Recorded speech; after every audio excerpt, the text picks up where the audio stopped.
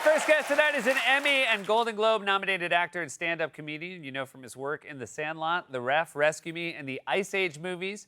He currently stars in Going Dutch, which airs Thursday nights on Fox and streams the next day on Hulu. Please welcome back to the show our friend Denis Leary, everybody.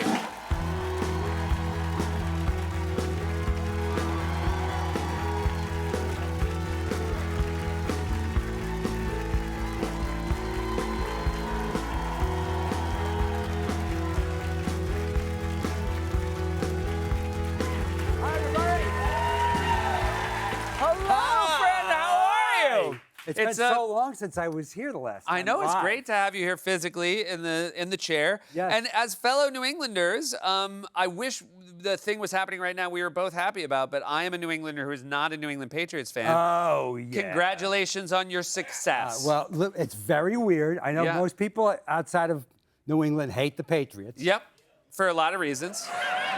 Well, because like other people, there's a guy up there who's ready to jump. Fully, you know what I mean? We also want nice things. The rest of us, the other 31 Listen, teams. They hate us so much. They hate the Patriots so much that they refuse to put Bill Belichick in on the first round. Yeah, he's not. Bill Belichick, it was announced, is not a first ballot Hall of Famer. Not a first ballot Hall of Famer. How many Super Bowls he win? 6? That's not enough. He won 8 because he won 2 as a defensive coordinator for the New York Giants. Jeez. Anyways, Giants fans are so not ready to clap.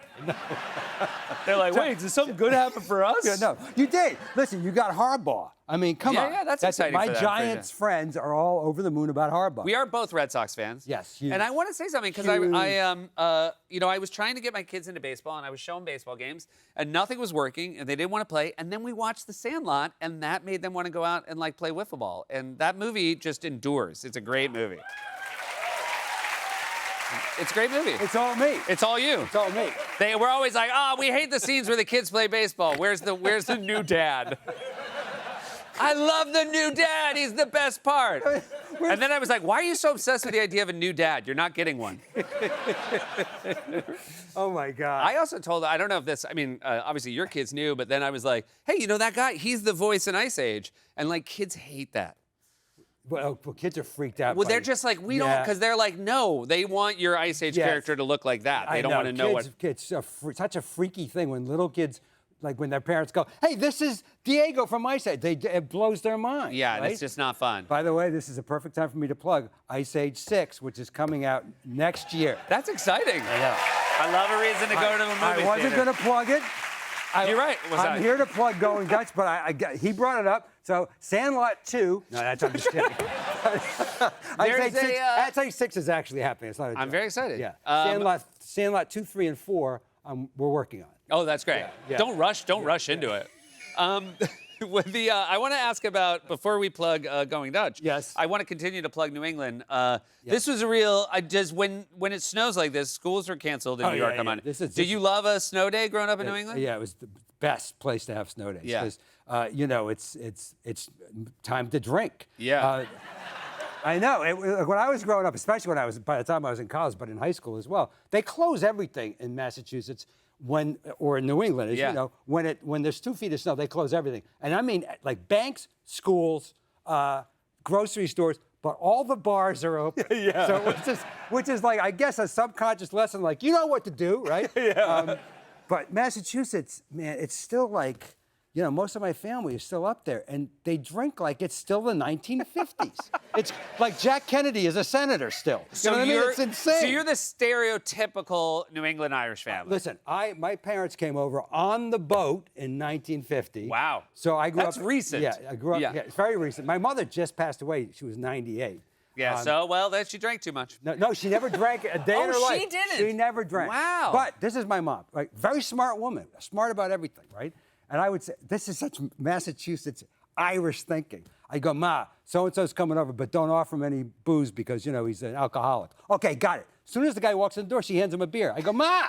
She goes, it's just beer. What are you talking about? Beer, in Massachusetts, beer is water. It's like you drink it all day. Yeah. I'm not drunk, I'm hydrated, right?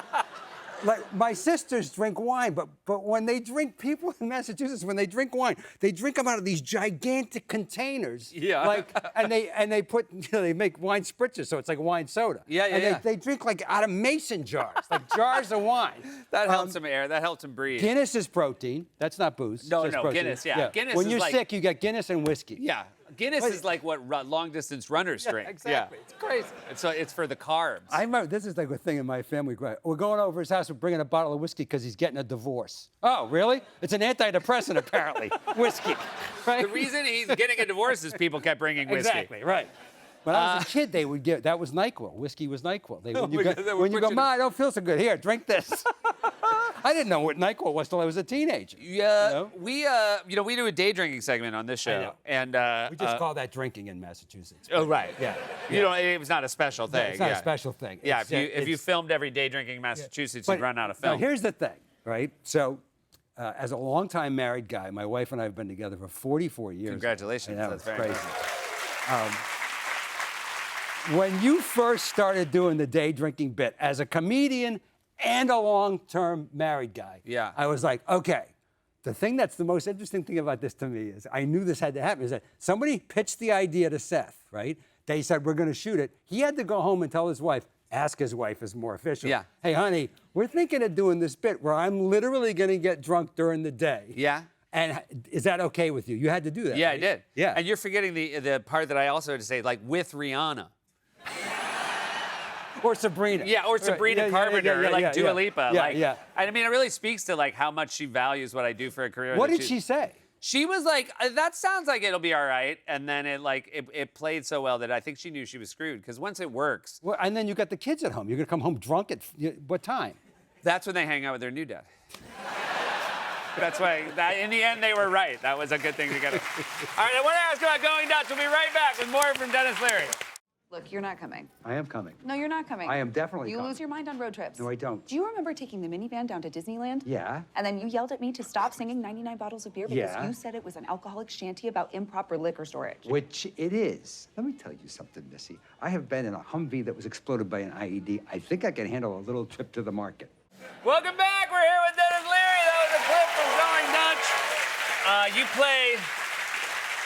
You play an officer who has been assigned to an American military base in the Netherlands. It's based on a real base. Yep. That has been shut down in the Netherlands, where they did the laundry for the other 32 NATO bases and supplied the wine and cheese to those bases. And because it's in the Netherlands, where prostitution is legal and drugs are legal, you can imagine things went very wrong. Gotcha. So we are telling that story, but through our own filter. So as you can imagine, it's.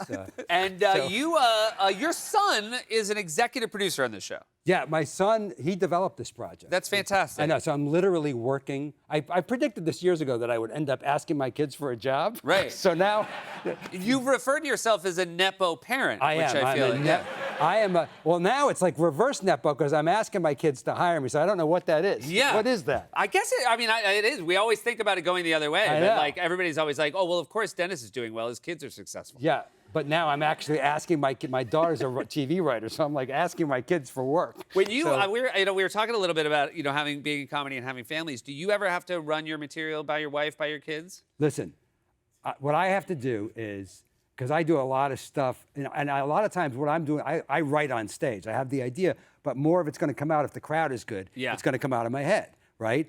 All the things I thought about. So if I'm going to tell a story that's based on something that happened with my wife and kids, I have to go to my wife and go, I'm thinking of doing this bit. Yeah. And I'm thinking of talking about this. And then if the kids are involved, I have to ask their permission. Quite often, my wife is an author Yeah. who's written she basically writes fiction, but she's written an essay book that has essays very funny about me. Right. She tells me in advance, it's not even like she asks, she goes, listen, I'm writing an essay about how bad of a dancer you are from my comic essay book. And I'm Yeah, like, yeah. okay. And then I read it and it's really funny, but she's not asking for my permission. right, Right. yeah. So, but what do you do? It's a bit shady, but again, I wait till it works on stage, and Oh, then I'll record it with laughs, and I'll be like, "Hey, how do you feel about this?" And like, so she has to hear something that's killing and be like, "No, That's so unfair. it's so unfair." That's I'm owning how unfair it is. You're sneaking behind your. Do you talk about your kids at all? all the time. Like so, you sneak behind the whole family's back. 100%. You go in front of a live audience, record, and then you come in like the propaganda meister, like, "Hey, listen to this great thing." But the kids, I will say, like, because the kids, I'm Are worried your about. kids funny? They're very funny. Okay. And as long as I say they're funny on stage, I think they're happy about that. But I am worried about like anything with your kids that'll be traumatic as they get older. You know what I mean? Yeah, Like, yeah. But I can't stop my daughter from writing about me. It's like, what. Yeah, and they you know can't what I mean? stop me from writing about them. Yeah, there you go. They're could, little. they could. Listen, you have a talk show. You don't need to. You They're don't little. need to They go. can't stop me. I love to Didn't watch them you try. do it- All three of them could try together. Didn't you do a stand-up special that was written from your wife's point of view? I did jokes for my wife. See, I thought that was very fair. That's very fair. Yeah. I'm not. And I'm not doing that. No way am I doing that. You do Comics Come Home in Boston is an incredible stand-up event you've been doing for 30 years in Boston. Is that right? The 30th anniversary is this year. That's Yeah. fantastic. Yeah. And you have comedians come over, a lot of local guys, nationwide people. Yeah. What was the instinct to start it in the first place? So the reason I started it was because Cam Neely, Hall of Fame hockey player, played for the Boston Bruins. His parents, when we were young and he was still playing for the Bruins, they both died of cancer one right after the other, very quickly. And so Cam, as he was getting more and more famous, decided he wanted to do something with his fame and raise money. So he started the Cam Neely Foundation for cancer care. And through the event, we built the Neely House, which is attached to Tufts Medical Center in Boston. Thousands of families go through there. You don't pay for the treatment or for the stay. So your family can come and stay with you while you're going through the treatment in Boston. And you perform every year. I perform every year. And again, I would imagine a lot of audience members come back every year because of how great it is. So you actually have to do new stuff I do every all year. new stuff. The only old thing I do is the ass song. Right. Because if I don't do the ass song, they flip out. Yeah. So at the end of the show, we do the ass song as the big finale. One year I said I'm not going to do it. I walked off stage. They went nuts, and Colin Quinn came and got me and said, "You got to come back out and sing the ass song." Right. So I went back. So I just sing I love the ass song. By the way, that says the most about Massachusetts people, that if you don't do the ass song, they are going to come after They're you. at a charity event raising money for cancer patients, but if I skip the ass song, they riot. Now, I would imagine, based on how old your kids are, they were young when you first wrote the ass song. Was that, that must have been material. Did that get to them at an age inappropriate time? Yes, I remember when my son was like 7 years old. We got a note like you have to come and speak to one of the teachers, and it was she was like, he's been singing this song. That's really, and she wrote it down on a piece of paper and slipped it across the desk. And I opened it and I was, oh yeah, no, that's my song. Yeah, I wrote that. That's fantastic. That's what's Oh my God. paying. You wrote underneath it, "By Dennis Leary," and slid it back. I said, this is paying his tuition here at the school. So we have a problem. Oh, well, there you what go. a conundrum. See, every now and then you have to cross a line and it That's all works right. out. Hey, congrats on everything. Thank you so much Oh, for we being done? here. We're done, but Oh, it's always so man. great to see you. Dennis Leary, everyone. New episodes of Going Dutch premiere Thursday nights on Fox. Awesome. Stream the next day on Hulu. We'll be right back with Jamie Demetriou.